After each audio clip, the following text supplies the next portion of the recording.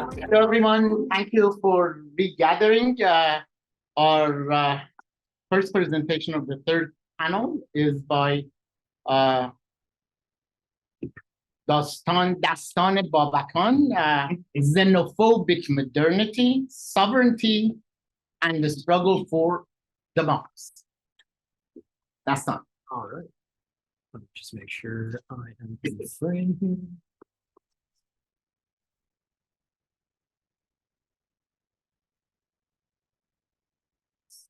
Okay. All right.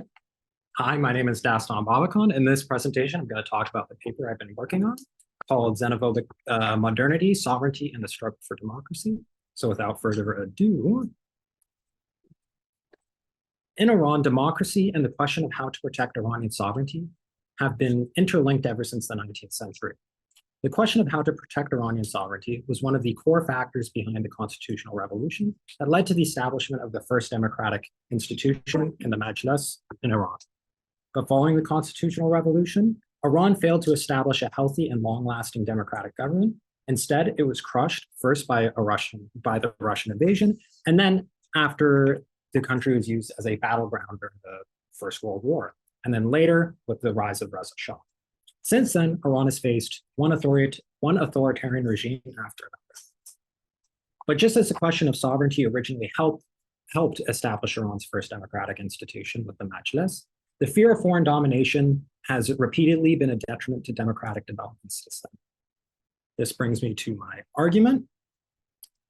My argument is that the fear of losing sovereignty to foreign nations, which was common among Iran's major political ideologies, has played an essential part throughout the 20th century in reinforcing authoritarianism to the detriment of democratic development. I will show this first by looking at the rise of authoritarian nationalism following the constitutional revolution and how this affected the reign of Reza Shah. Then I will look at Mohammad Mossadegh and the 1953 coup, after which I will look at the anti-imperialist and Western rejection movement that happened between the coup and the revolution, and then finally at the rise of Khomeini and his consolidation of power. So first, the rise of authoritarian nationalism can be seen with three important newspapers, those being Khabeh, Iran Shahr, and Ayande. All three of these newspapers were intimately concerned with the survival of the country after the chaotic period that followed the constitutional revolution, in which many feared that Iran as a nation was on the brink of collapse due to outside interference. Such fears led many of them to embrace authoritarianism in order to fast-track modernization and protect the nation from outside interference. In terms of Khabeh, this was especially seen with their second edition, which was heavily premised around an idea of authoritarian nationalism. This was best seen in its calls for reform, which there were 17 points to it, but that could all be boiled down to two major concepts. One was the unconditional surrender to European civilization, which was the idea of accepting all forms of European civilization, whether that was government or the embracing of science and issues like that. And then the other point was the call for national unity. Furthermore, they preached the idea that no nation could maintain sovereignty without moral cultivation, which for Khabeh meant the acceptance of European civilization. The ultimate aim was the introduction of an enlightened despot who could save Iran from itself and in part protect Iranian sovereignty. Khabeh further used the idea that Iranians shared racial kinship with Europe, which in part was to make the implementation of Western civilization seem less alien. Iran Shah, on the other hand, would promote the idea that Iran needed a spiritual revolution, which meant returning to Iran's true national spirit, meaning the embracing of its Aryan racial identity. The paper claimed that political revolution, like the constitutional revolution, was doomed to fail, and the only way Iran could be saved was through a spiritual revolution. While not explicitly calling for dictatorship, their rhetoric certainly seemed to fit with that of an authoritarian regime. This was especially seen by the remarks of one of its founders, Kazemzadeh, who claimed that freedom and republicanism are useless until a nation has reached a stage of social evolution capable of changing its morality, heart, and soul. Although Iran Shah did differ from Khabeh, and it did not call for a total acceptance of European civilization. Oyande was another paper concerned with the nation's independence and territorial integrity. The way in which they posited that that national unity should be cultivated was through the elimination of regional differences by cultural homogenization behind a Persian cultural identity. It was these ideas that not only paved the way for the rise of Reza Shah, but formed the basis for many of his policies. That brings us to Reza Shah's rule. The concern of foreign influence in the nation was an important part, not only to Reza Shah's rise to power, but also to his authoritarian policies.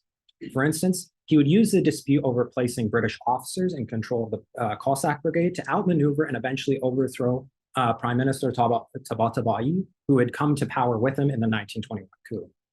During his time as war minister, Reza Shah would make a concerted effort to repress nomadic peoples.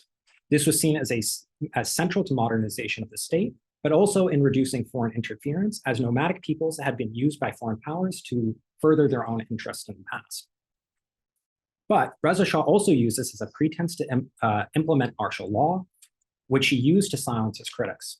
While many in the Majlis would criticize him for these actions, they ultimately were unwilling to actually act upon it, as they viewed his efforts as a greater benefit to Iran than the growing dictatorial nature of his policies. When he did become Shah, many of his policies aimed at reducing individual rights were centered around the idea of creating national unity, which was seen as necessary to the continued survival of the nation. This led to draconian territorial reforms, as well as the forced settlement of nomadic people. While he would crush constitutional government during his reign in order to modernize the state and create unity to protect Iran's sovereignty, his regime would quickly collapse after the Allied invasion in the Second World War. This brings us to the constitutional revolution. Oh, sorry. Or not the sorry. This brings me to Mohammad Mossadegh.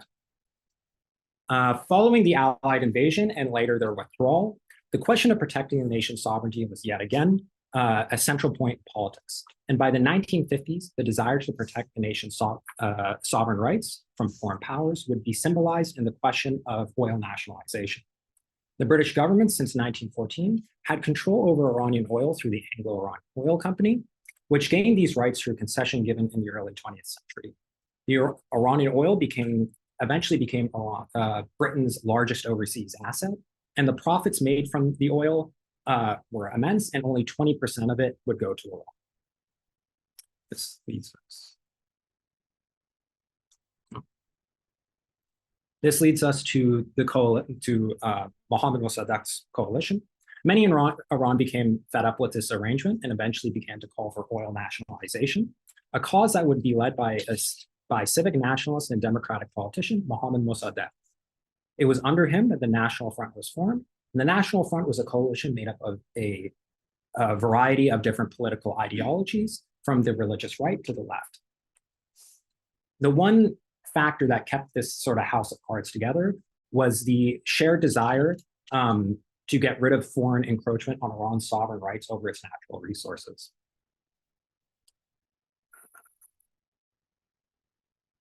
Now, in many ways, Mohammad Mossadegh was much more moderate than some of his fellow coalition members and was more concerned with limiting the powers of the Shah. While the British during the negotiations were not acting in good faith, the domestic pressures that Mossadegh faced back in Iran also had a significant factor on a deal not being able to be agreed with or agreed on. Considering the fact that many made the argument that Mossadegh was being too lenient to the British by offering compensation to the Iranian Oil Company. Furthermore, during the Truman administration in the US, they were getting increasingly fed up with the British antics on this issue, and likely had Mohammad Mossadegh come up with a deal that was acceptable to the Americans, the British would have had to accept. But due to the anti-imperialist sentiments at the time, making such a deal would have either been a severe political hit or may have led to the collapse of his government. Without a deal, Mossadegh had to implement a policy of austerity due to the embargo put upon Iran by the British, which halted economic development and reduced welfare spending. This in part not only helped lead to the coalition beginning to break down, but also exacerbated conflicts Mossadegh would face within the Majlis on the issues of the Shah's power and constitutionalism.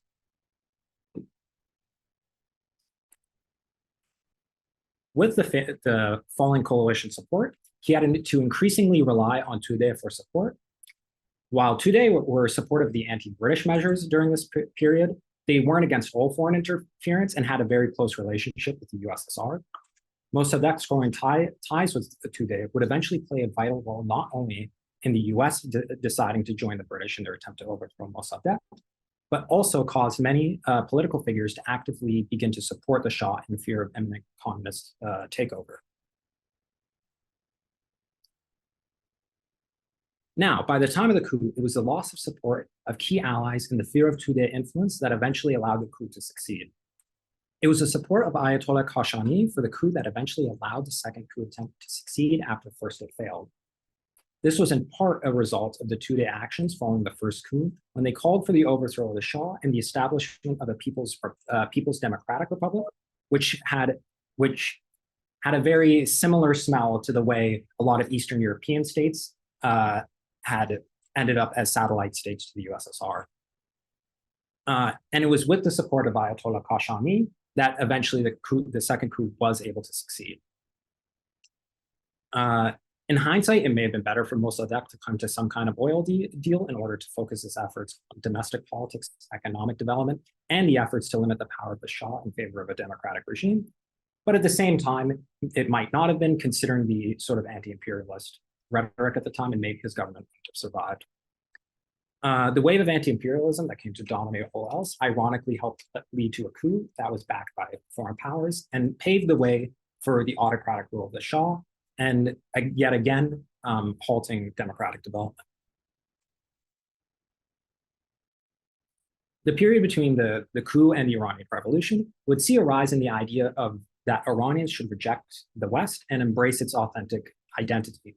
Such ideas were popularized in the 1960s by Jalal Ahmad, with his concept of Farzadagi, but the roots of this idea could be found with past thinkers like Ahmed Kasravi, Shadman, and Faraday.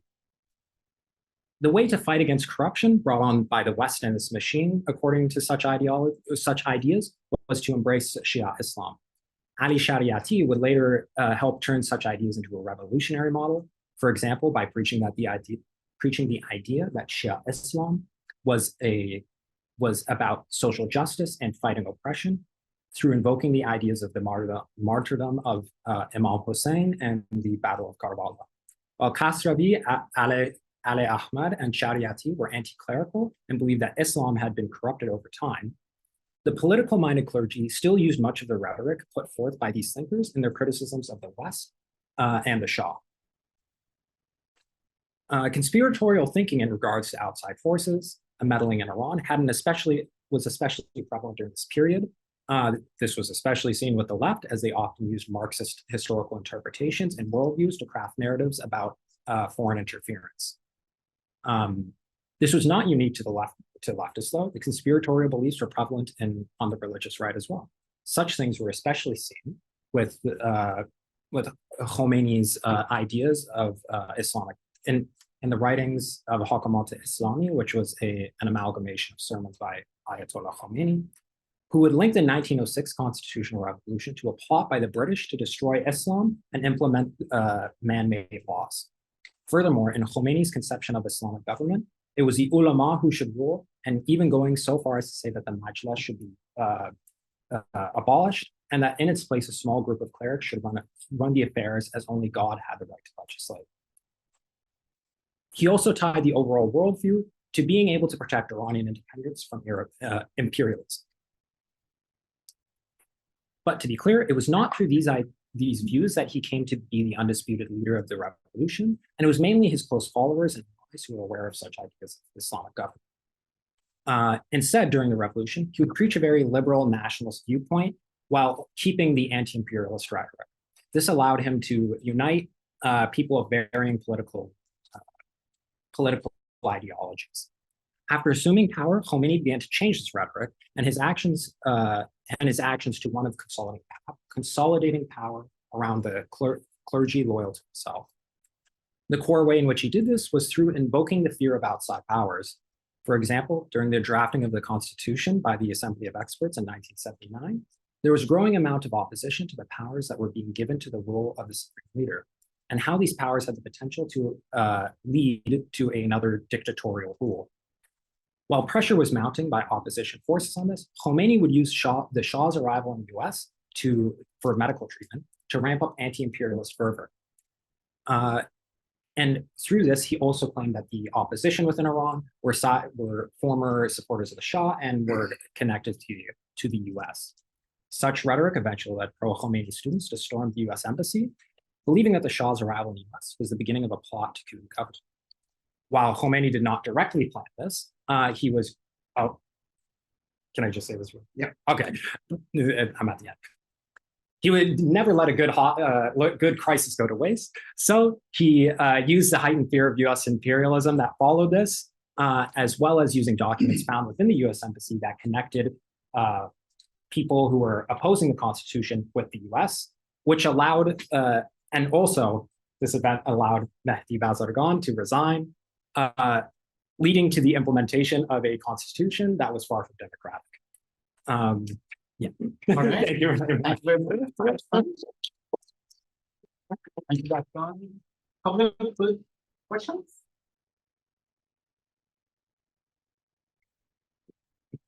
What do you think of the whole notion of xenophobic modernity?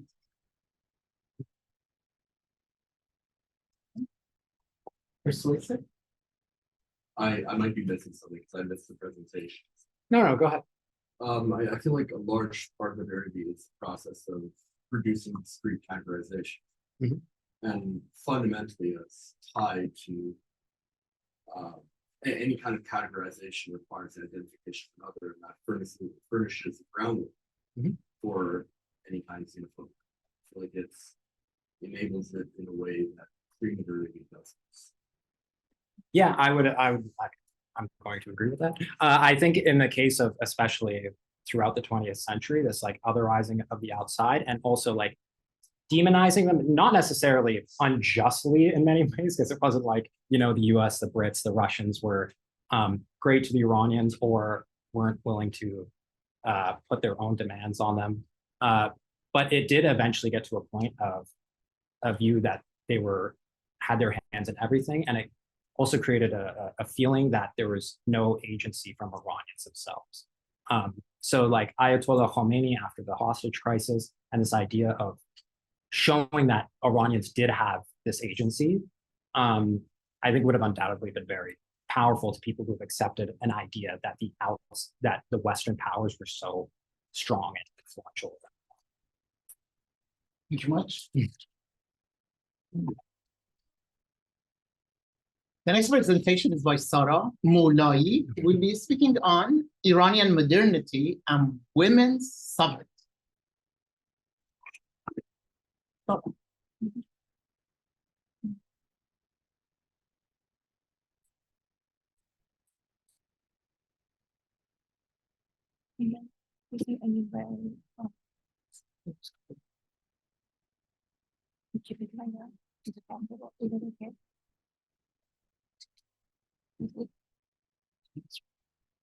I think, yeah, I wanted to. Oops. Okay, you hear me? Mhm. Hello, everyone. Thank you for your presence today, and specifically Dr. Tavakkoli for arranging this event, and of course, Elahé Omidyar Center of Iranian Studies. Today, I'm going to talk about Iranian modernity and women's sovereignty. And my talk has three main sections. First, I briefly talk about the link between the idea of women's sovereignty. Bring down the full page because it shows up. Okay, sure. Before we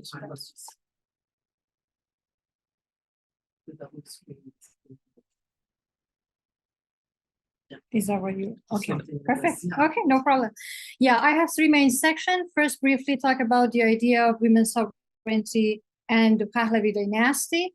Then I move to women freedom movement and its root before Pahlavi dynasty.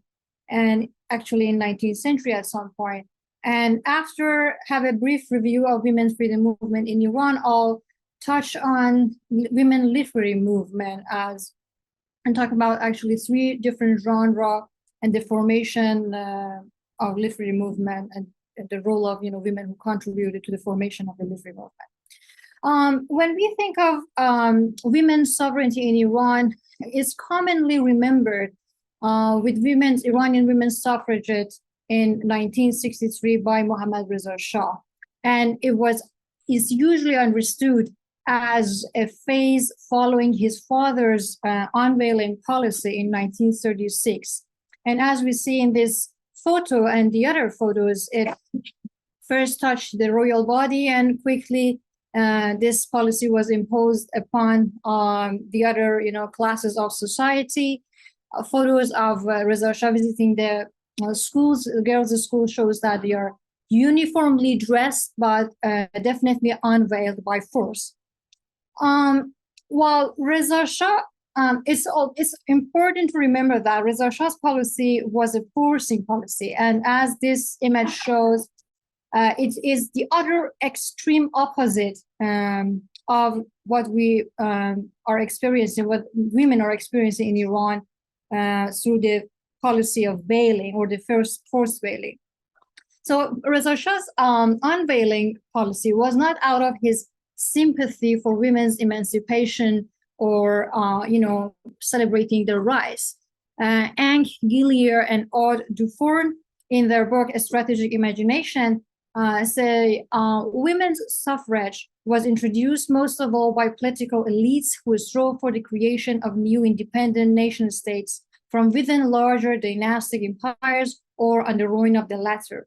In the context of setting up and fostering a national revolution, these national elites were eager to include as many people as possible in their nation, and therefore to broaden the basis for their new state. When we think of women freedom movement, we have to actually, we can't do that without thinking and studying the constitutional revolution in Iran. As this photo and many other photo of constitutional revolution shows, it's usually the revolution is understood as a masculine type of movement, which is not accurate. And notably, there are figures through the constitutional revolution like Mirza Fatali Akhundov or Mirza Khan Kermani, in addition to Mirza Malcolm Khan. These figures also really concerned women's progression, and they actually publicized the discourse of women's progression in Iran as part of being the nation. However, their ideas also was through a masculine, a patriarchal point of view, because at the end of the day, they were defining that modern Iranian women needs to be protected by men. They are going to practice a modern life under the supervision of women at the end of the day. So there are many women involved in the constitutional revolution. One of the important figures is Bibi Khanum Eszter, who is a notable Iranian writer, but more significantly, she established a school for girls, and also her book is very important, written, the title actually, Ma'ayib al-Rijal, Failings of Men in Response to Ta'dib al-Niswan, Edification of Women. Unlike the figures I introduced who are secular and anti-religious, Bibi Khanum is a religious person. However, she's very well aware of the rights that women are naturally, subject to have, naturally should have, and also, the modification that should happen, that should occur in Sharia law, the religious law, and the cultural, improvement, let's say, or social structural improvement in social structures in Iran. So, despite the efforts and the struggles of people like Bibi Khanum and her peers during the constitutional revolution and even prior to the revolution, in 1906 the revolution did not recognize women's right to vote. However, after 1906, women's activity entered a new phase. Many scholars discuss that this is because Iran is going through a revolutionary atmosphere. The situation is chaotic. However, this chaos has a positive side, which I call it flexibility, because it provides, marginal population of Iran, like women, to raise their voices. And actually, we see a flourish of women's activities in the press and outside the press after 1906 in Iran. So one of the pioneer and the most important figures is Sajid-ul-Saltaneh, the Qajar princess, who was born 1884, lived through 1936. She was a painter, writer, intellectual, pro-constitutionalist, defender of women's rights. More significantly, she is known for her autobiographical work. And this autobiography, we should make sure, and I clarify that it is according to modern standard of an autobiography, because in Persian literature, we have a long tradition of celebrating, important figures' lives, or having tazkere, or even, telling the stories. But this autobiography is different. It's actually distancing from the traditional, experiences we had of life story or storytelling, or things like that in Iran.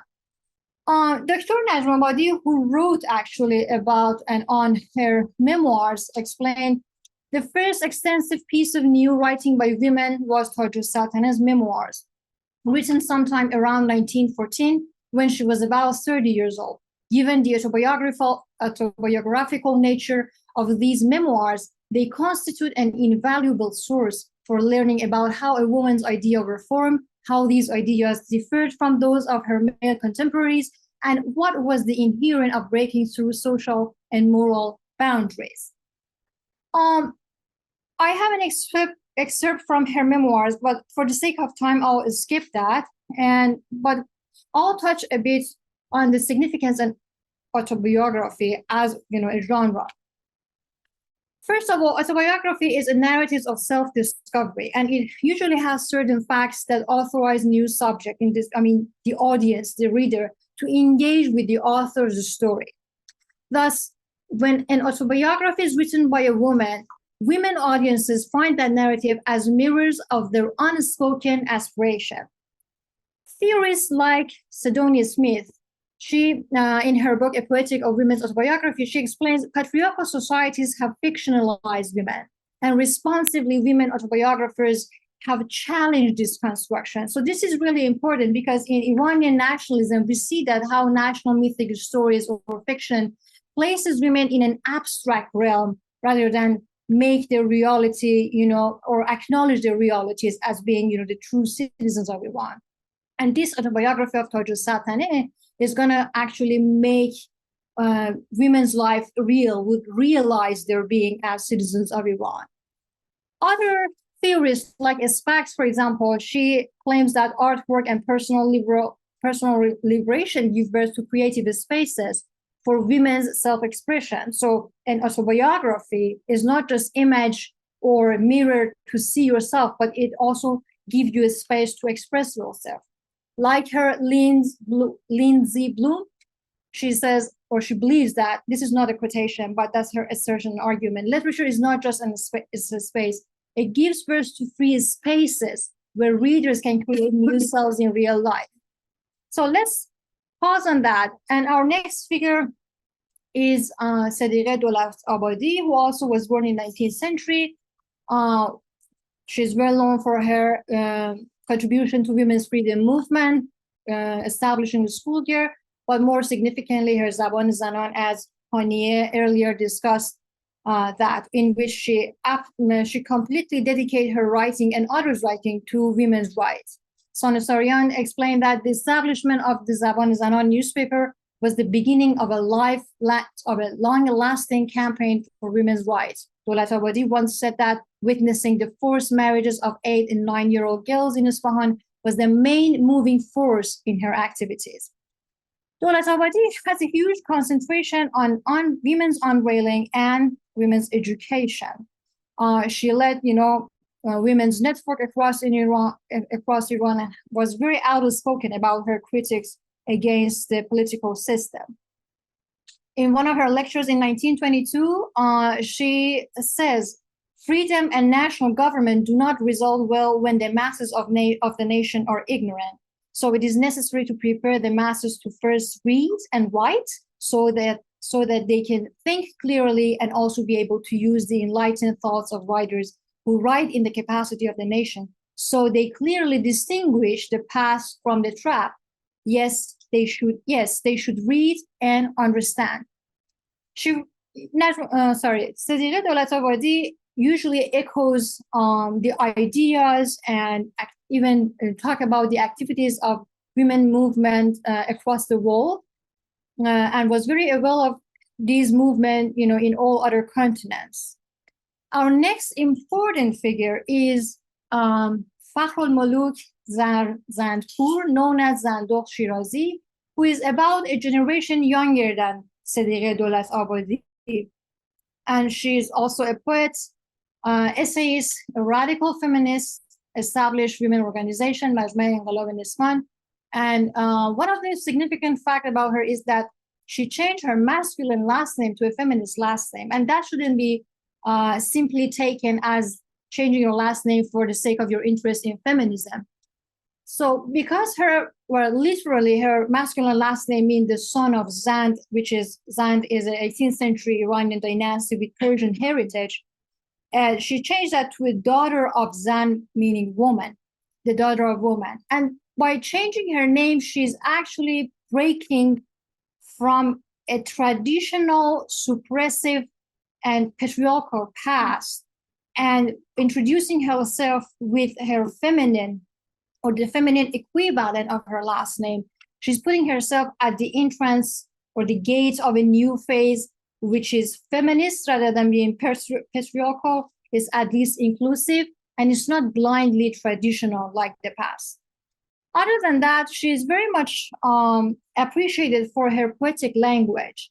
And as we see here, this image shows at the end of every single poetry that she publishes in different periodicals, including hers periodical, she has this signature of Zandokh with her new name, which is emphasizing, her radical feminist approach. I'm not going to bother with the content of this poetry because we don't have enough time, but to talk about the significance her poetry and poetic self that she's building, I'll first refer to the idea of feminist counter-public by Rita Felsky. In her book, Beyond Feminist Aesthetic, Felsky actually, in response to Habermas' idea of public, which Habermas used to believe that public is a common place open to all and a realm of social life in which something approaching public can be formed and all citizens are guaranteed to access. So Felsky find that a problematic because the public that Habermas is defining is not open to all. And feminists and women had to create their own zone or spaces to, do their activities and, emerge the movement. So here, the feminist counterpublic stands in opposition to the larger public sphere while establishing its shared values and serving as a space for debate. So Zandokh's poetries are creating feminist counter-public in two senses. First, collectively, and then individually. Collectively, because in women associations, either secret, organization or overt organization, her poetry was being read, and it was a space, a common space for feminists or from, women activities. However, when as a reader, an individual encountered her text, her poetry, because poetry creates, as we've discussed, creates spaces that someone can become a new self and they can express themselves and they experience a new womanhood. So that's actually contribute people's individual womanhood. I mean, Zandokh's poetry contributes to their individual selfhood or womanhood. The other important thing about Zandokh's poetry is that the nature of her writing, the genre she chose is poetry. Well, it's important to know that poetry is highly appreciated and valued in Persian culture. So her writing would take extra attention by people. And the language and the theme that she touches is also important because her language is a direct language, and which is not common in Persian poetry because Persian poetry is full of layers of metaphor and reproaches, and is always actually implicit. And thematically, the poet's individuality as at the core point, of the poetry. So when the reader, the audience, they read her poetry, they learn about her individuality and the social reality that the individual and womankind are actually experiencing. The creation of self also happens at two levels, because as the writer, she's constantly creating her new self through writing those poetry. And as recipients, people also are experiencing building their new self, although these two processes are different, but they both are contributing to building a new woman or new Iranian woman. So all these women have they contributed to the formation of literary movement in different ways. We had autobiography by Taj al-Saltaneh, Sadiqa Dolat Abadi, periodicals and articles she published, and the poetries of Zandokh. What they have in common is the emphasis on the education of women. And because education facilitates abundant, wide, deep spaces for reading and writing, so it enables one to create an entirely new autonomous self.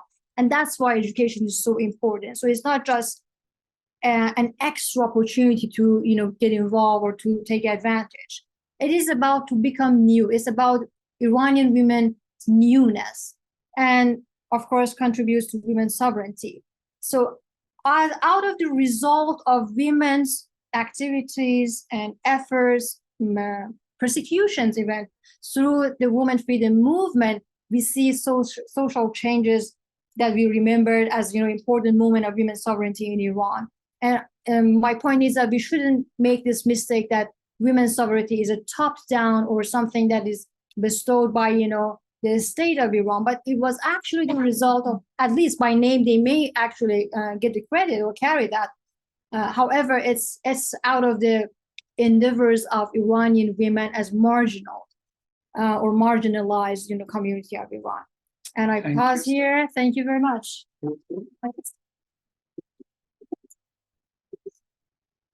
Yeah, time for When were women allowed in the university?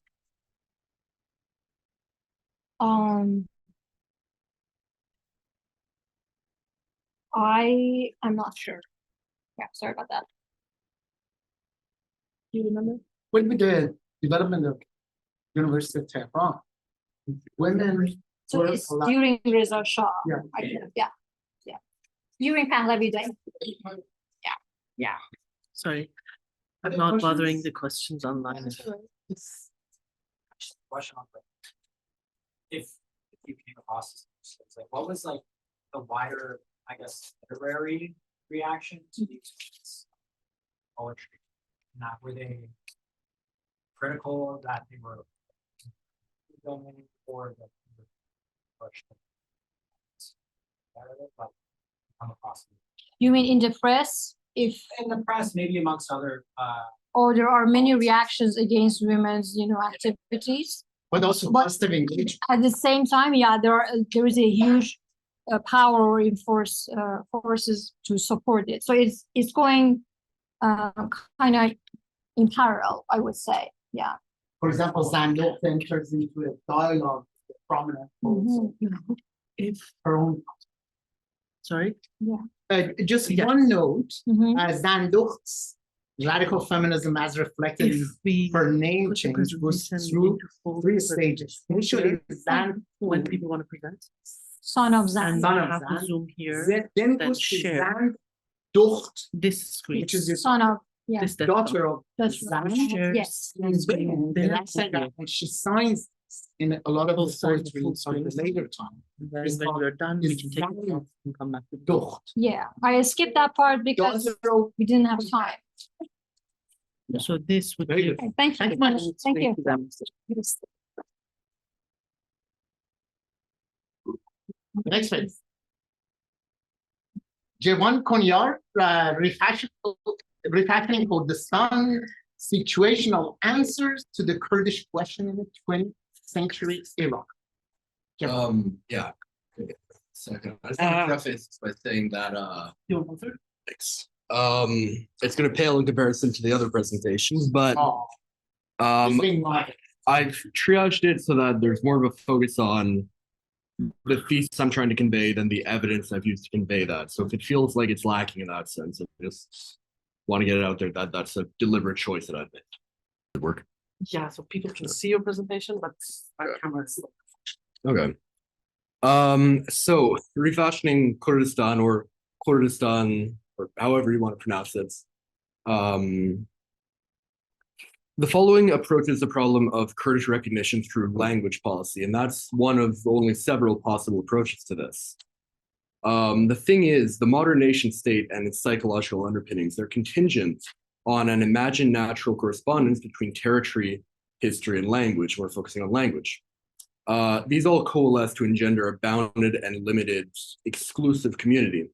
And as such, the incident of nationalism involves the conversion of a language of state into a language of nation. That is, the reappropriation of an administratively convenient vernacular into an object of broad self-identification for an emergent national population. This process has unfolded differently throughout the world. In Europe, it was driven through the standardizing force of print capitalism. As print cultures emerged and as printers sought markets for print commodities, regional vernaculars were collapsed into one standard form that doubled not only as a market, but also as an object of national self-identification. In the global subaltern, where we find places that were previously hosts to the economic engines of European polities, where this had happened already, would-be revolutionaries involved in imperial apparatuses, imperial institutional practices, were exposed to these models of linguistic nationalism that they could then replicate upon independence. Now, this doesn't account for the in-between, the uncolonized non-colonizers, that is, for instance, Ottoman Turkey, Siam, that soon to be Thailand, or Qajar Iran, and the states that followed from it, where we find idiosyncrasies in language policy. And one idiosyncrasy in the case of Tehran is, I would argue, its non-committance in its recognition of linguistic others. Under the scheme of the nation state in Iran, the central government has responded with heavy-handed repression when alternative linguistic nationalisms have risked endangering the nation symbolically or territorially, but also relaxed that persecution when they've not.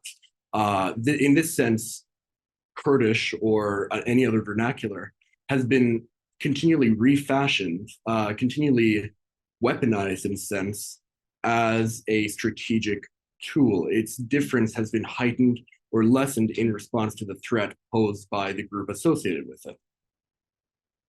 And here's kind of a just diagram, decision tree in how language policy towards Kurdish has unfolded over the Pahlavi and Islamic regimes.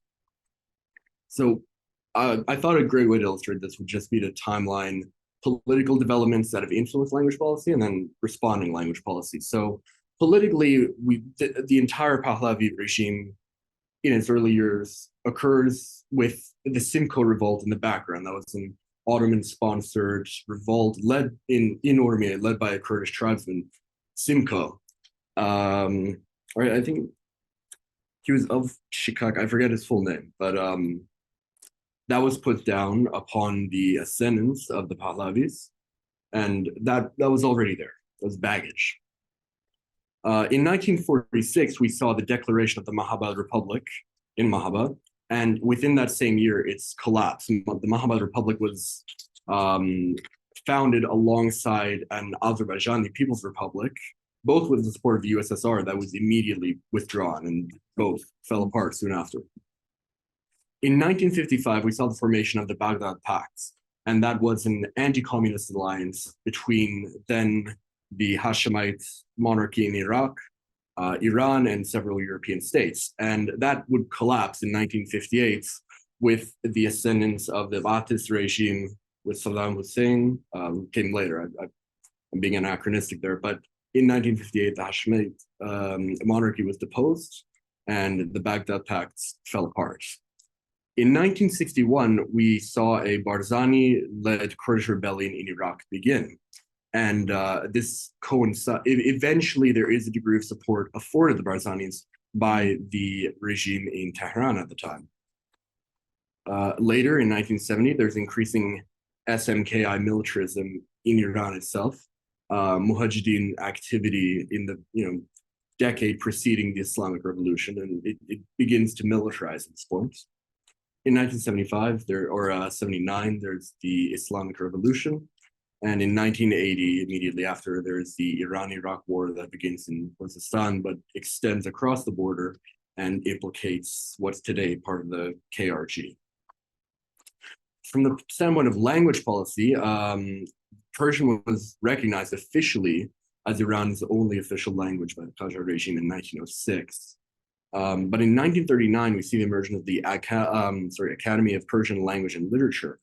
What this does is it takes loan works from Arabic, possibly Turkic languages in Farsi, also European words used in scientific and industrial contexts, and tries to develop Farsi equivalents for it. This is something that happened several times over the course of the 20th century.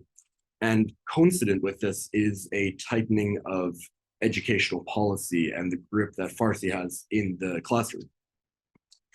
Skipping forward to 1960, we find the first language census data in Iran. So that is the first census data to include information regarding minority languages. In this, philologists categorize, they kind of distinguish between minority languages of non-Iranian origin, various Turkoman dialects, Arabic, Azeri is the major Turkoman dialects for them. But then they also identify languages with not Iranic roots, but Iranian roots. So it treats, for instance, Baloch, Kurdi, Gilaki, or Tabari as all these kinds of genetic descendants of a primordial Persian or Iranian, they say. And then in 1979, the Constitution of the Islamic regime officially permits the use of minority languages in unofficial contexts. Farsi remains the only official language, but its imposition is relaxed throughout the country. And then in 1991, we see the founding of a new Academy of Persian Language and Literature that does the same thing. Now, what I want to kind of highlight in all these processes is that historically, moments of clearly articulated Kurdish separatism have been met with military violence, but also a tightening of the context in which Kurdish can be used. There's a crackdown on Kurdish publications at points where, for instance, the Barzani rebellion spilled over into Iran, where he was no longer an ally. This happened later in the war. Or it was also relaxed at times when, for instance, the Barzanis were strategic allies in Iraq against the Arabist regime, or in the Iran-Iraq war, where Kurds were utilized or both parties attempted to utilize them. Now, in doing so, Tehran has consistently found itself faced with the persistence of an intimate other. Whatever the case, both violence towards a target, but also the permission of that target's self-assertion, it leaves this other, this kind of this element that is very uncomfortable for Iran, because this element in the case of Kurdish, but also in the case of any other Iranic nationalism, Balochi, Tabari, Talish, Gilaki, Luri even, it all draws upon similar historical linguistic ground. And I think that goes towards explaining the absence of any clearly articulated pan-Iranism in the 20th century. So If we take a look at, for instance, Pan-Turkism, which is very different, it has to be, I should clarify, this is different from Turanism, and I won't get into the distinction, but if you know what Turanism is, it's not that. This is just the articulation of the view that Turkic states, that is, states where the official language is Turkic, have some innate cultural and political allegiance to one another and to non-state Turkic peoples. Within the context of Turkism, there's no Turkic insurgency against Turkic states. There is Turkic insurgency. There's Turkic irredentism beyond the bounds of Turkish states. Turkish nationalists, for instance, might demand or might proclaim that portions of Syria or Iraq or Lebanon, Cyprus or Greece are the rightful territory of a Turkish state. Azerbaijani nationalists might encourage irredentism with the Azerbaijani portion of Iran. And then, of course, there's always the issue of Turkestan. But none of these irredentisms, none of these separatisms are directed against a Turkic state, a state implicated in the rhetoric of Pan-Turkism. A similar case exists for Pan-Arabism. Historically, Syria and Egypt have been the regimes that have supported Pan-Arabism. So keep in mind, these are all relatively schematic. So there might be, it's not a great map. But again, we see limited cases of Arab, that is, this essentialized complex of Arabic culture and language. It's already a troublesome concept. But we see Arab irredentism, Arab separatism in Iran, or there's always the issue of Palestine. But we really don't see this directed at an Arab state. Now, in the case of Iran, we could argue for some, great political Iran Ebozorg, where we have Iranic separatism, where people who speak Iranic languages joining some Iranic union on the basis of language, but that is really incoherent. There's other factors that prevent this, namely religion. And there would be a lot of uncomfortable concessions that would have to be made to include any of this in an Iran Ebozorg. But more importantly, right, so go to the next slide. Yeah.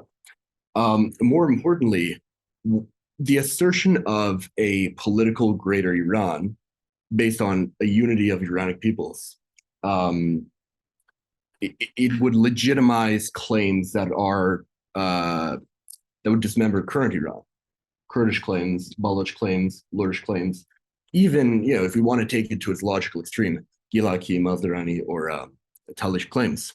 And so what I want to do to conclude is to compare these, the issue of an Iran Ebozorg, a political one, with what Professor Tavakoli calls homeless texts. These are cultural assets, properties in a sense, that cannot be claimed because they fall on the fault lines of nationalism.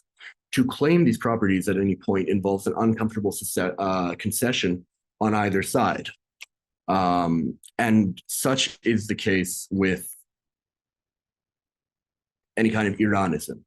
To claim to capitalize on a political Iranism would necessitate for Tehran admitting the equivalence and the equivalent legitimacy of different nationalisms that may threaten its own territorial cohesion, and then it would deny it this, what I call schizo-Iranian category, a category of something like a Kurd that can be reduced to Iranian when necessary, but be a self-assertive when necessary. And the last slide was just, I think a place that we could take this research going forward is the matter of how difference impacts this. Has the situation unfolded in regards to Azeri nationalism in Iran, or Arab nationalism in Iran, right? Or is there a particularly poignant symbolic threat in nationalism and secessionism from Iranian peoples? I would argue that there is, but this is something you would have to look at comparatively, and I haven't. Thank you very much. Jevan? Question? Yeah. Yes. So, assuming your, the primary scope of your research is Kurdistan, what would you classify as a homeless text in the Kurdish?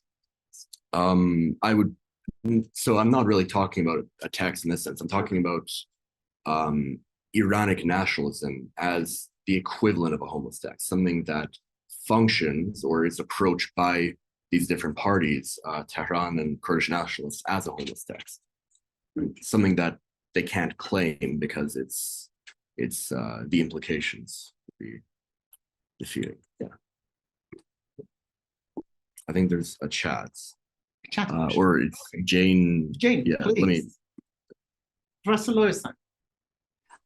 Yes, I was wondering, have you looked at the idea of the radio's role in this linguistic nationalization? Of course, in the beginning, the radio was just in Persian, but then by the 60s, when you had larger transformers, you did have regional stations. But as far as I know, there was no Kurdish speaking station, but there was a radio station broadcast from Eastern Europe, a Kurdish station that could be listened to in Iranian Kurdistan and in Iraqi and Turkish Kurdistan. And I'm just wondering whether or not you have looked at the idea of this radio, because of course most of the population would have been illiterate, and radio would be one of the main ways they would get their information. Yeah, well, there was Kurdish radio in Iran, and it kind of plays into the same process in which Kurdish radio was permitted when there was no overt Kurdish threat to Tehran, but then also cracked down upon when there was. And so it was present, it existed. Actually, it existed earlier in Iran than it did in Turkey, Syria, or Iraq. And it's kind of, to a degree, flourished there more than anywhere else. And that's not to say that it's flourished, but it's survived there more effectively. And was that from the Tehran? Was it broadcast by the Tehran radio? Yeah, it was Iranian radio. Radio Iran. Because they there was the one from Central Europe that was going into Yeah, Kurdistan. there were several from Europe. Okay, thank you. Please. Actually, you mentioned the idea of tourists. I'm wondering what that is. You didn't get into. Okay. Yeah, well, it would be a 10. This is what I'm like writing my thesis on. Yeah. So it would be an hour.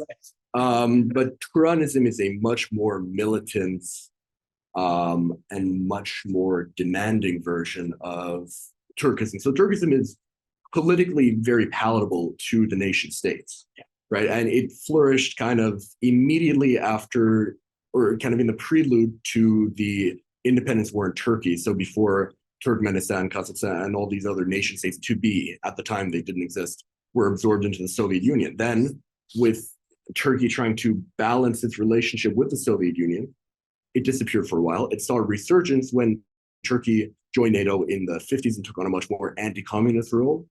And then with the collapse of the Soviet Union, it was kind of realized as this soft but very intense cooperation between Turkic states. And then, read rhetorically support for Turkic separatism in Turkic, right? That is Turkic speaking separatism in China.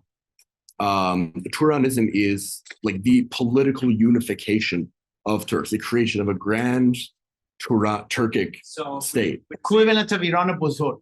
More than that. Also, Turanism it subscribes to some very fringe linguistic ideologies that group like Uralic languages in some cases, or Uruk, all these other languages in a like massive Altaic body, or that whole theory has been largely abandoned by the linguistic community, Altaic, but within Turanist circles, it's still very. You say it's more like. May I add? Yes. Thank you. Exactly. Yes. Please. Thank you. So far, I know there is difference between Turkish and Turkic. Turkish is related to modern Turkey, and Turkic languages to modern Central Asia or Middle Asia. So, to my understanding, there is different background, ethnic background behind these two words. And this is disregarded by major politics, or I don't know, those who make such pan-Turkic or pan-Iranistic and so on approaches and formulation of a modern state. So I mean, they are incredibly similar. They're Azeri Turkish, and when I say Azeri, I mean like Azerbaijani, not the disparate Turkoman dialects of Iran. They're incredibly similar, more or less mutually intelligible, and so I wouldn't say that's just Azerbaijanis until 12th century wrote and spoke Persian, famous Nizami Ganjavi and so on, but only Azerbaijani language is near to Turkish, to modern. All other languages in Central Asia are different. Not so. You kind of have to look at it as a continuum. There are old Turkic languages, and those are kind of a core of largely intelligible languages, and that includes some in Central Asia, like modern day standardized Turkoman, the official language of Turkmenistan, that, or not Turkmen, that is almost mutually intelligible with this Turkish spoken in Turkey, and even within Turkey, there's a lot of variation. In terms of the Azerbaijani, it's the same name, but different language, like different groups of people and different languages. So what happened is, along with the Seljuks, there appeared a Turkic group that inhabits this region that was previously occupied by Iranic people who spoke something probably very similar to whatever was contemporary Persia, Farsi, Persian is the one I'm looking for. I have to go back and forth a few times. But yeah, no, those are, it's confusing. It's the same name, but vastly different groups with different ethnogenesis. Very good. Thank you, Jevan. Thank you. Yeah, I think it took a little too long. So I just have one announcement. After all of the presentations that are on the poster, we have one more added very recently by one of our brilliant PhD students, Eszter, who's going to present on going through Molana's Jevan and figuring out the way to apply existing AI models, train them to bring out new meanings and new systems out of that Jevan. And he has very interesting things to present. Look forward to it. Because it's not on the poster. I thought I would. The next paper is by Eszter Szabo, who is speaking on the Raincloud horizon of women poets of the 1979 Iranian Revolution.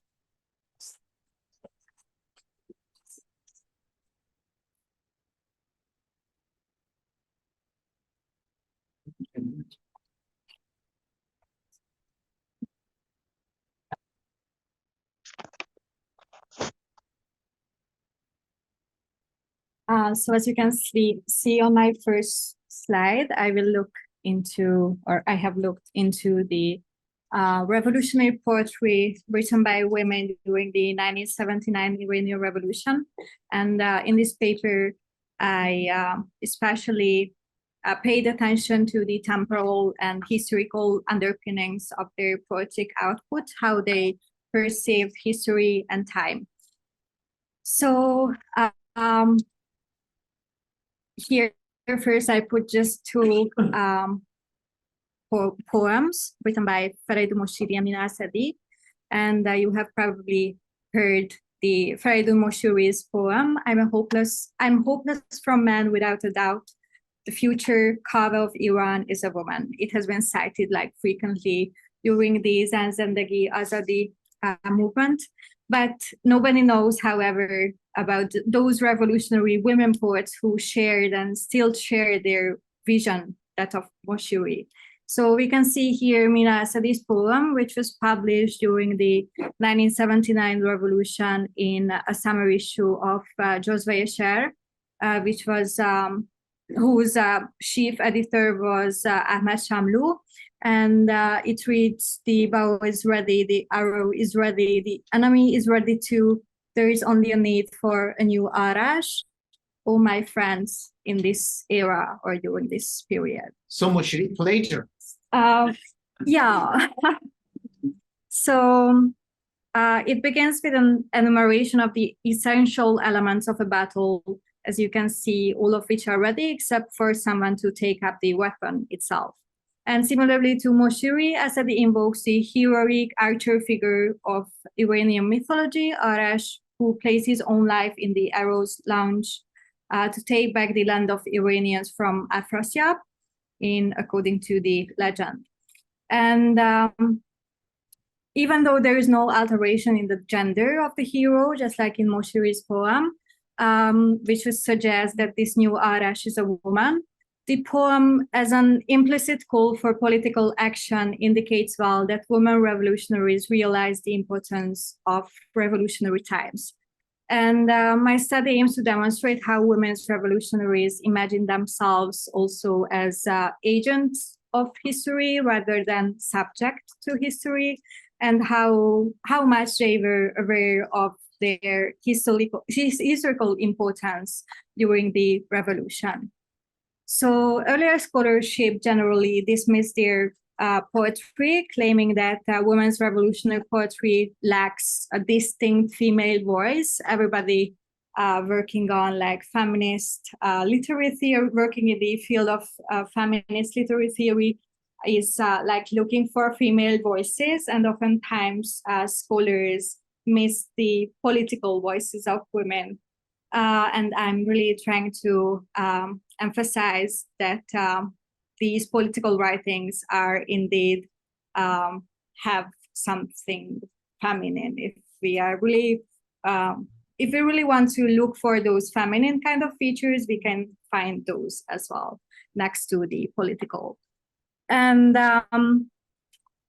so Talatov, Professor Talatov has written, for example, in 2000 that regarding like in regards Simin Babahani's poetry, that women joined men in the Islamic movement or the Islamic Revolution of 79, but they participated in this movement not as women particularly, but as members of the force opposing the Pahlavis. And they were, according to Talatov, they were confined within the literary framework set by male-dominated, socially conscious committee literature. In this paper and in my thesis, I argue that there are indeed many obvious differences, gender differences between the revolutionary poetry of men and women, and that we can find distinctly feminine themes, metaphors in their poetry. And in this paper specifically, I try to show that these women revolutionaries engaged in the discourses of modernity, like the discourses on like modern time, modern temporalities, history, and they acted in this state of positive anticipation of the future. Taushif Kara names it and terms it as a positive anticipation, building on Shariati's theories on time. And they were agents of history rather than being subject to it. And they were really aware of the importance of their revolutionary poetry itself. And yes, going forward, first, I just want to quickly give you an overview what kind of poetry this revolutionary poetry is. So it was a highly political, social, and socially committed type of poetry, which resonated with the hopeful outlook, offering insight to the revolutionaries' optimistic anticipation of the future. and a favorable future change. And its central image is this Bahar Azadi, or the Spring of Freedom.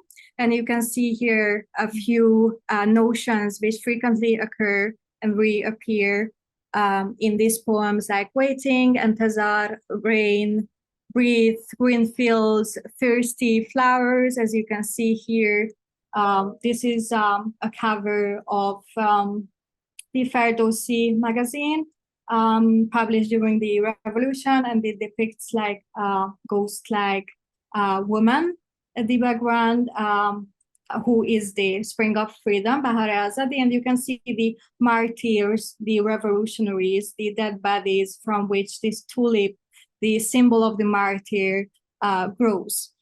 And history and time appear in many forms in women's revolutionary poems, perhaps reflecting this general active engagement of revolutionary intellectuals with notions of modernity, such as time and revolution and change, historical change, history. And there are two main ways in which time manifests in this body of work: a kind of linear perception of time, and the cyclical time of the seasons, as you can see in the metaphor or symbol of the Spring of Freedom as well.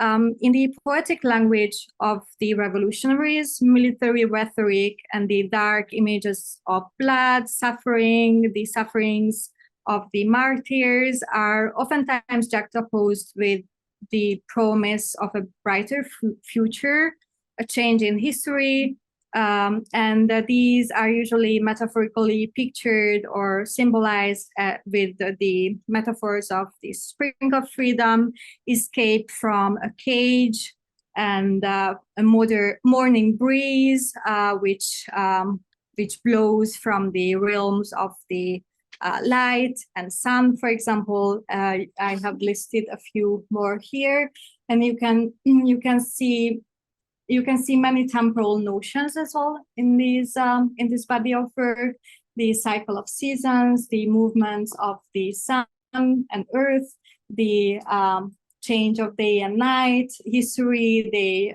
speak a lot about revolution and the biological phases of life, both in human nature, both in nature and in the context of life of a human. And generally, this committed revolutionary poetry is a forward-looking poetry, and it is really future-oriented. But revolutionaries, as it is obvious from their poetry, were also ready to act and make sacrifices in their present in order to reach their political and social goals. So my paper, I just wrote a few examples here of the revolutionary poetry. These are all written by women. This is written by Mehrangiz Salashur. And you can see here the Iran as the motherland is depicted as a vast green plain on which like red poppy flowers, the symbols of the martyrs, grow and shake their heads. And you can see here the thirsty flowers waiting for the rain. The rain is a symbol for social change and revolution as well. And you can see that the poetic persona herself is shouting for rain and acting in her present to just incite the masses and to make this social change and political change happen. So just another quick example. It is a poem titled In the Spring of Freedom, and you can see here the exact same kind of metaphors. The metaphor of the martyr, birds, and there's a nice line here. It reads, خشم زنانگی در مشت بسته ام فریاد میکشید. So the feminine rage in my tight fist was shouting. You can see here the symbol or the image of a shout, breaking the silence of the dark night and the era of tyranny, for example. You can see also the tulips, the fragrance of a breeze, which is blowing from the morning's realm, and the spring of freedom in the final line. Theoretically, my paper draws on the theories of modernity, both by feminist historians and other historians of modernity. And I basically relied on Rita Falski's, Julia Kristeva's, and Rainer Koselleck's theories. And first of all, Rita Falski theorizes four types of modern time and modern temporality. The first one is time as redemption, time as regression, repetition, and rupture. And we can also find a distinction made between the cyclical or feminine women's time and the linear time of associated with the masculine and man. And I also used in my study the notions of space of, in terms of Koselleck's, space of experience and horizons of expectations. And also there is another recent article on Shariati's notion of intezar, this waiting and anticipation. I basically used these one to show or to as a theoretical background to my paper. And the metaphors of this revolutionary corpus can be read like temporally. On a more theoretical level, these are manifestations of the several conceptualizations of time that compete with each other in these poems. And it can be easily seen that all of these four views of Rita Falski can be observed in the revolutionary poetic temporality as well. I will give just two examples here. The first one is the time of redemption. So there is no need to explain like how the self-sacrifice of the martyr or the arrival of spring or the arrival of the belated imam, for example, in just to mention a metaphor with like a religious connotation too, it can be like interpreted as waiting for some kind of redemption. And this time of redemption is a linear time, and it is governed by the strong promise or hope in the future. On the contrary, like there is this time, conception of time as repetition, which is usually seen as a view of time that is really feminine.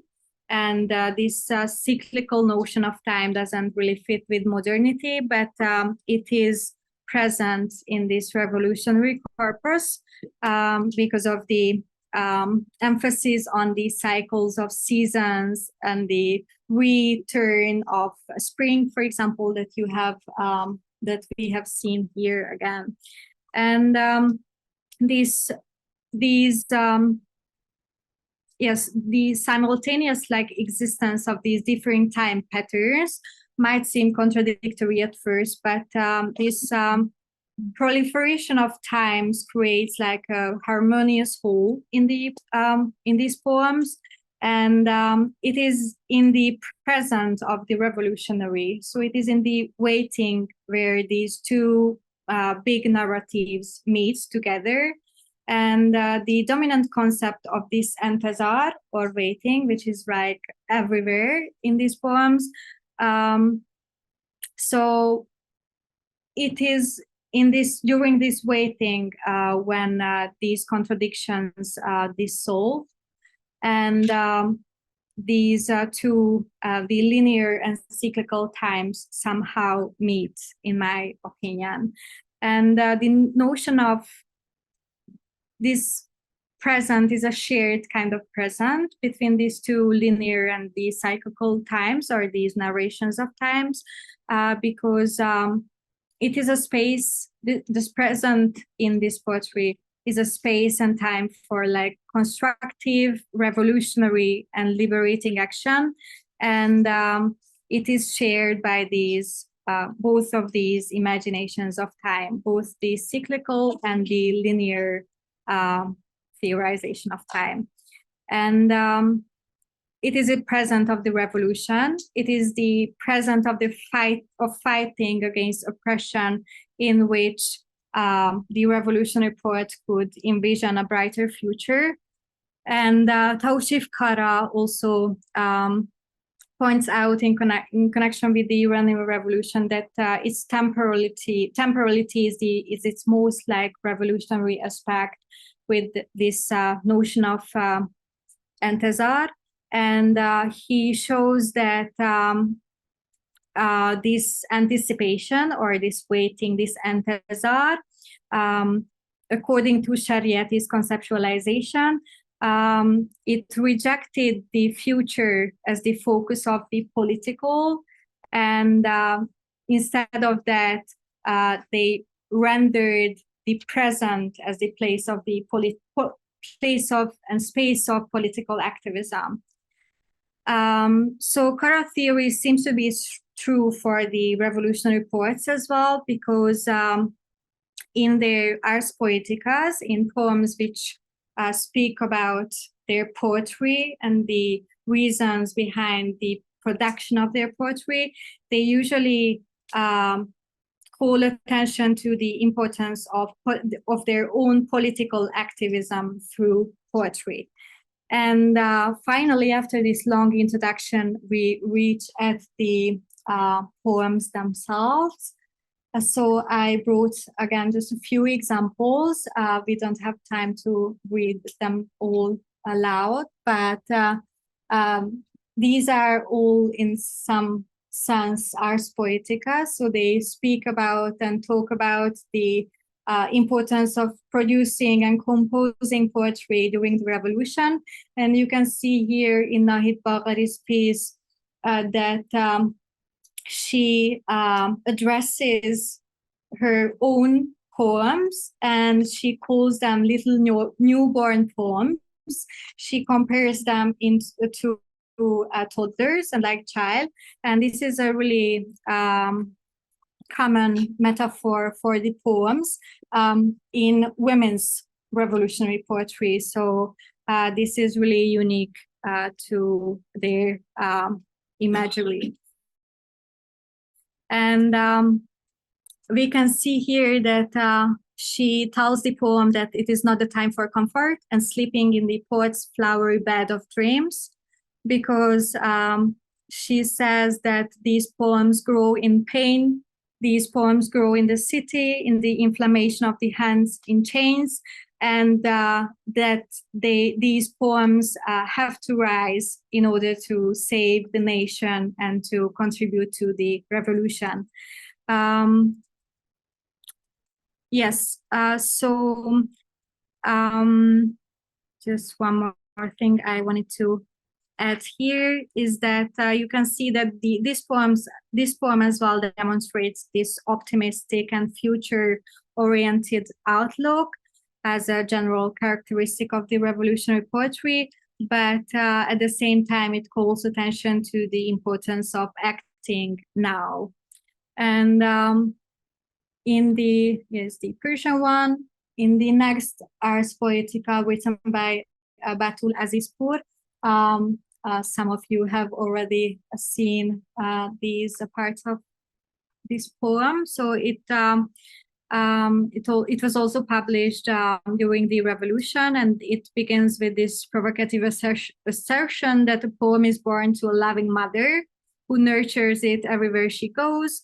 And in the second stanza here, we can see that this initial idyll of the poem is disrupted, and then the spirit of rebellion is storming the streets when the poetry has to start working and contributing to the greater cause.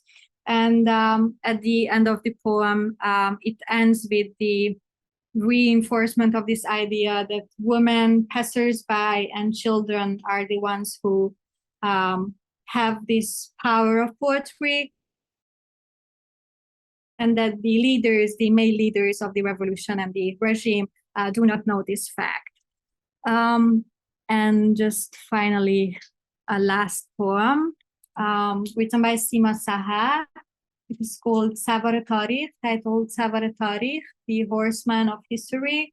And it again shows like and reflects an active engagement with discourses on history and time.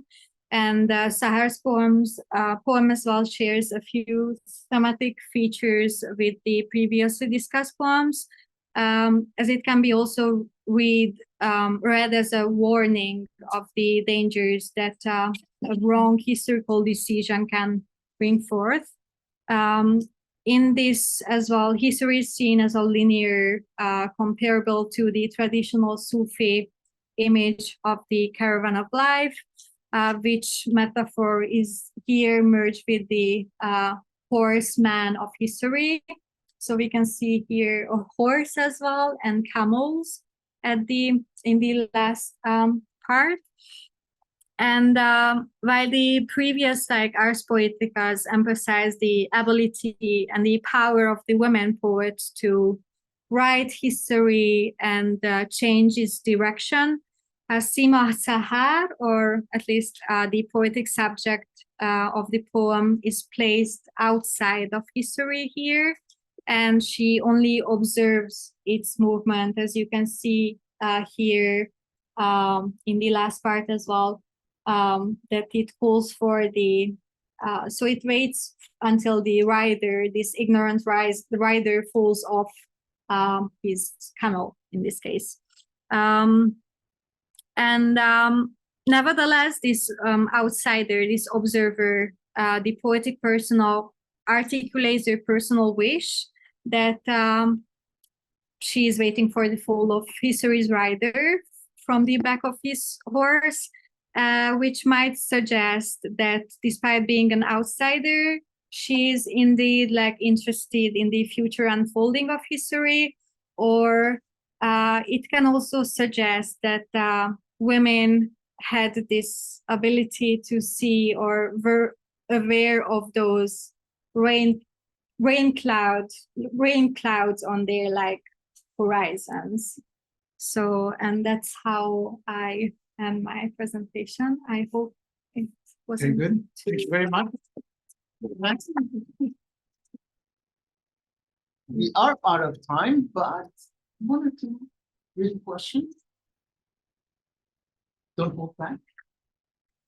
It's not a question, it's just comment what you said at the beginning about how there was this commonplace idea that no, women's work is not and boys is political, and how they were just trying and they were making these two distinct spheres, but at the same time it was exactly very feminine voice that could exert itself in the political influence of that. That was exactly what brought about these types of poetry. So these two were not mutually exclusive. They were going hand. Yes, it is very important to note, I think, that I also do the same. I'm looking for the feminine voice in these political poetry, but I think this is just the first step. So I shouldn't be doing that, but because nobody has written on these kind of feminine political, I don't know, demands or aspirations or whatever, we need to do that first, I guess. But it is important to see that these are connected and these cannot really be separated from each other. Yeah. Thank you much. Yeah, thank you. That's fine. Jason Grant, and he will be presenting a paper on displaying ancient Iran during the 2500th anniversary of the Persian Empire. All yours.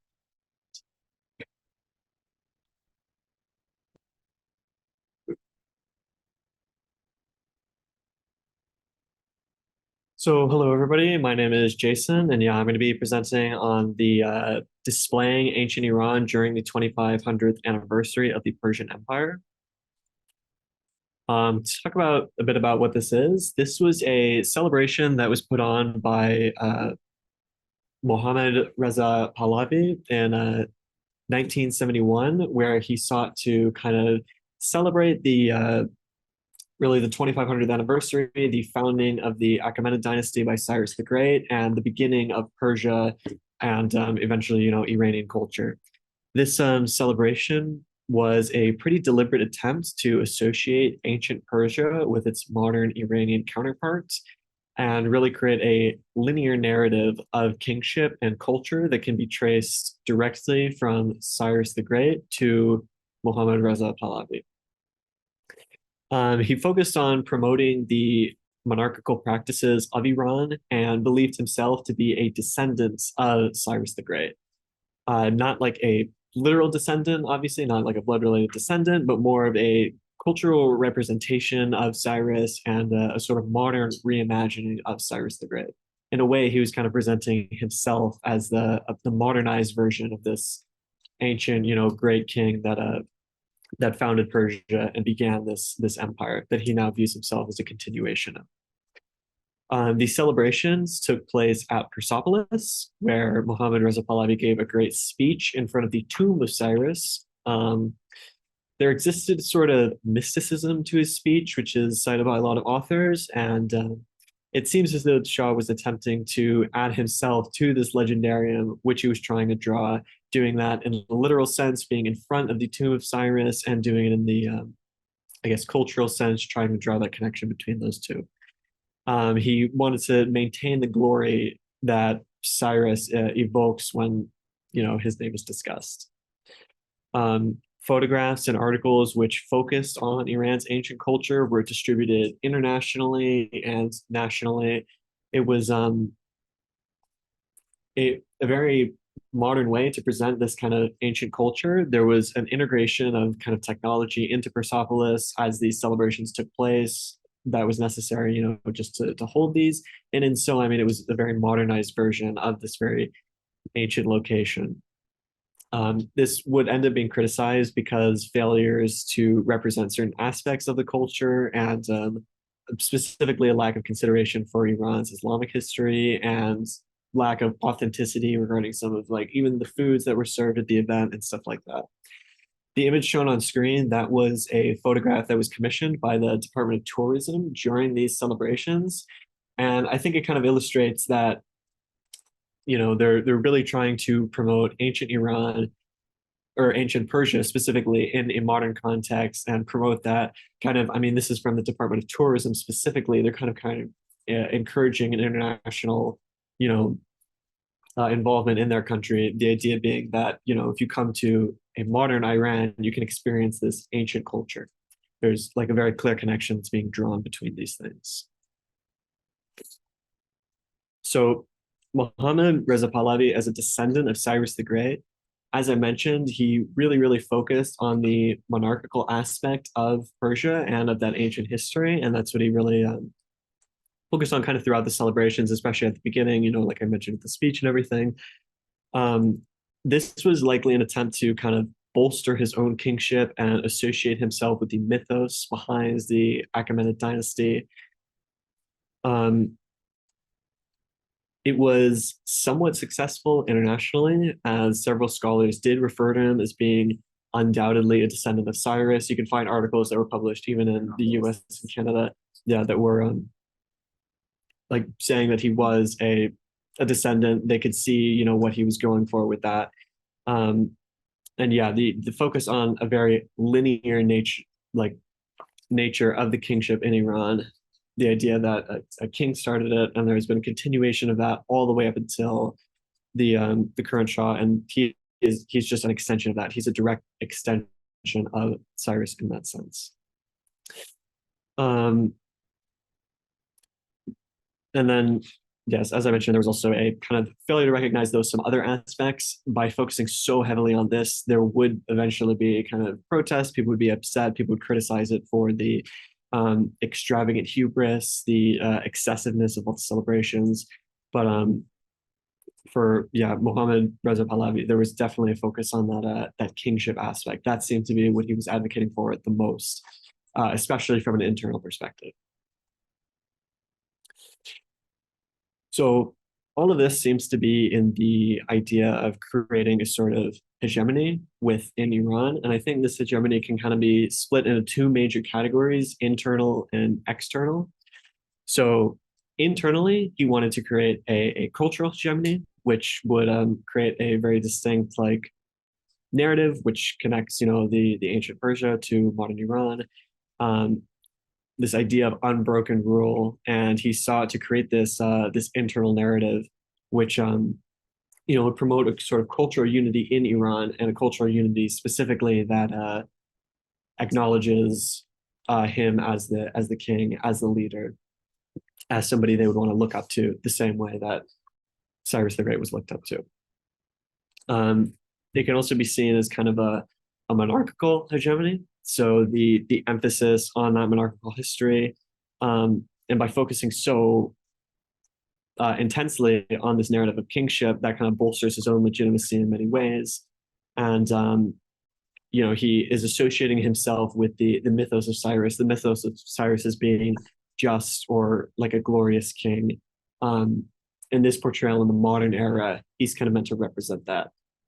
This is also, it should be noted, this is a very modern take on these ancient dynasties. That's kind of necessarily going to be the case when you, because it's not just a presentation of Cyrus the Great as he was and now reflecting that. It's almost a presentation of Cyrus the Great as we understand him now, as he's being currently, evaluated by the Iranian kingship. So this modern interpretation of him is what is now being he's trying to reflect that upon himself.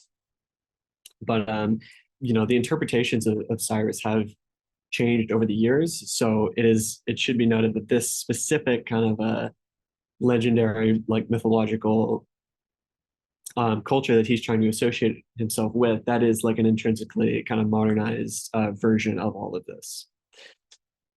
So in a way, it's kind of like an oxymoron. He's taking a very ancient culture, viewing it through a modern lens, kind of modernizing it, and then putting himself on top of that modern idea through this celebration. And that's kind of the internal hegemony. Then externally, he wants to create a sort of political hegemony. He wanted to create specifically a strong central power within the Middle East, emphasizing Iran's strength and longevity. This is a 2,500-year anniversary. Obviously, that's pretty massive. It creates this Middle Eastern architopia, in a sense, an archaic utopia that existed long ago, exists to this day. It's a long-standing reign that has, continued. Now he's being a part of himself. And that would allow kind of the rest of the world to engage with Persia through Iran. And then also just the international hegemony, the celebration, they invited a lot of, international guests. There were many heads of states. There were Iranologists, which were kind of scholars internationally that came to see this, came to interact with it and see what was going on. And this was, the idea behind this is that this would lead to more scholarly research. This would kind of put Iran and Persia at the forefront of everybody's minds. And in a sense, create a kind of academic, scholarly, international hegemony where, everybody's thinking about, writing about, and considering Persia and Iran in this sense.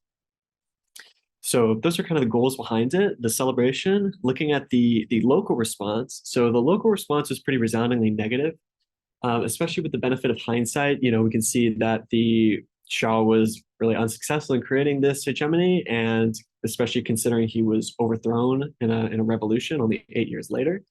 The celebration, like I kind of mentioned before, was criticized for an excessive hubris and this massive extravagance. It was very, very extreme.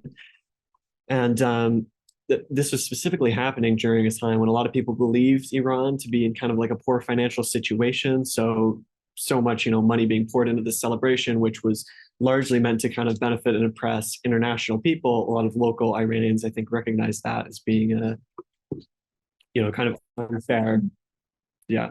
And then there was also, like I mentioned, criticism because of the lack of specific histories that were not talked about, specifically the Islamic histories of Iran, the Islamic histories of the kingship. That was not really something that was focused on at all. It was kind of missed in a lot of ways, I suppose. And I mean, that was a primary concern of the revolution that would happen in 1979, where he was overthrown.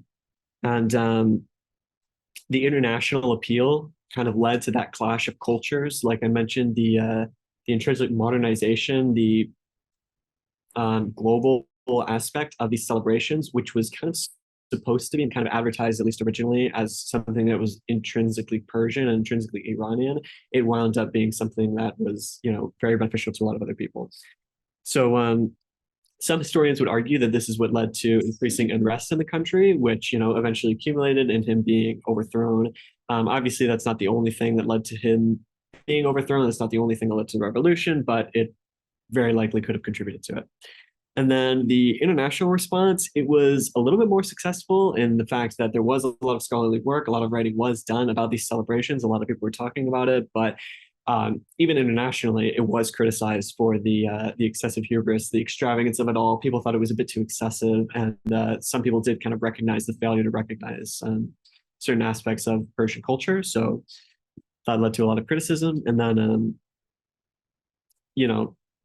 due to the criticism, the Shah kind of recognized this, and then he himself decided to distance himself from these celebrations in later years. But he was, never overall successful in creating the kind of hegemony that he sought to make. So, that's Great. That's it.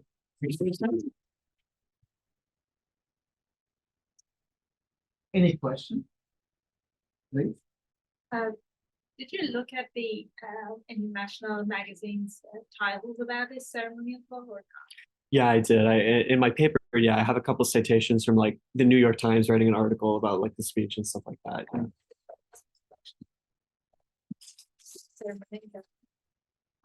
So a lot of the ones I read specifically, they did talk about how it was super impressive. I mean, the New York Times article that I'm thinking of specifically did mention that, like, there's no doubt within our minds that Mohammad Reza Shah or Mohammad Reza Pahlavi was a direct descendant of Cyrus the Great. They seem to understand at least what he was going for, but then a lot of, I think, scholarly people kind of were criticizing the extravagance a lot more. And just because there's so much internal pressure, I think that's what led him to kind of separate from it. But yeah, I think a lot of people internationally did kind of see what he was going for, trying to create that linear narrative, and they kind of like appreciated that. And I think at least all the people that attended, especially and wrote about it, they had pretty good things to say, because I mean, it was such an impressive event, so much money was spent on it, and they seemed to enjoy themselves, I guess. Very good. But as you noted, Cyrus has gone through radical transformation and has been deployed differently in the course of the 20th century. By 1940s, he had become the symbol of a democratic, inclusionary mode of government. And then by the celebration, you have reassertion of a royalist understanding of Cyrus and Iranian civilization. And the revolution was really a reaction against this undemocratic or monarchical understanding of Iranian history, rather than a country, a nation, a society that was highly diverse religiously, culturally, but that diversity was maintained through good governance. Yeah. Awesome. Very good. Yes, thank you. Anyone wants to take a brief, quick break? Yes, but then